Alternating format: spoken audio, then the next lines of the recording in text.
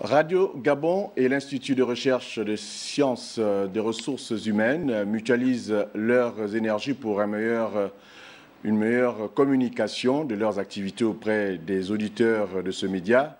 Un accord vient donc d'être scellé entre les deux entités. Laris Kalor Mamengi, Bertin Osaga.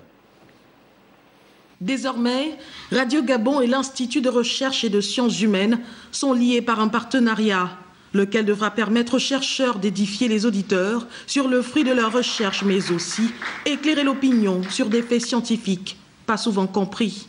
Nous sommes là aujourd'hui officiellement pour montrer au public gabonais en particulier, n'est-ce pas, que la radio travaille de manière étroite avec sa principale ressource qui est la recherche.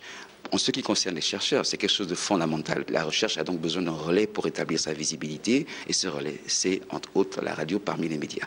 Pour le directeur général de Radio Gabon, cet accord viendra en appui aux différents programmes dans le sens d'apporter la ressource nécessaire à l'information vraie et vérifiée. Nous avons la matière, il va falloir mutualiser ce que nous savons faire.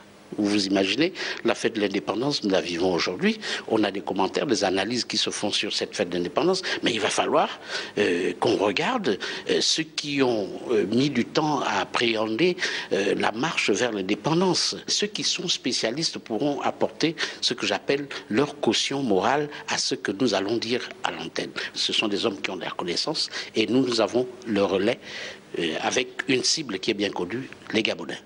La Radio Gabon, média d'État, mais surtout première chaîne de radio au Gabon, avec près de 60 ans de vie, est dans un processus de modernisation de son aspect et de son contenu.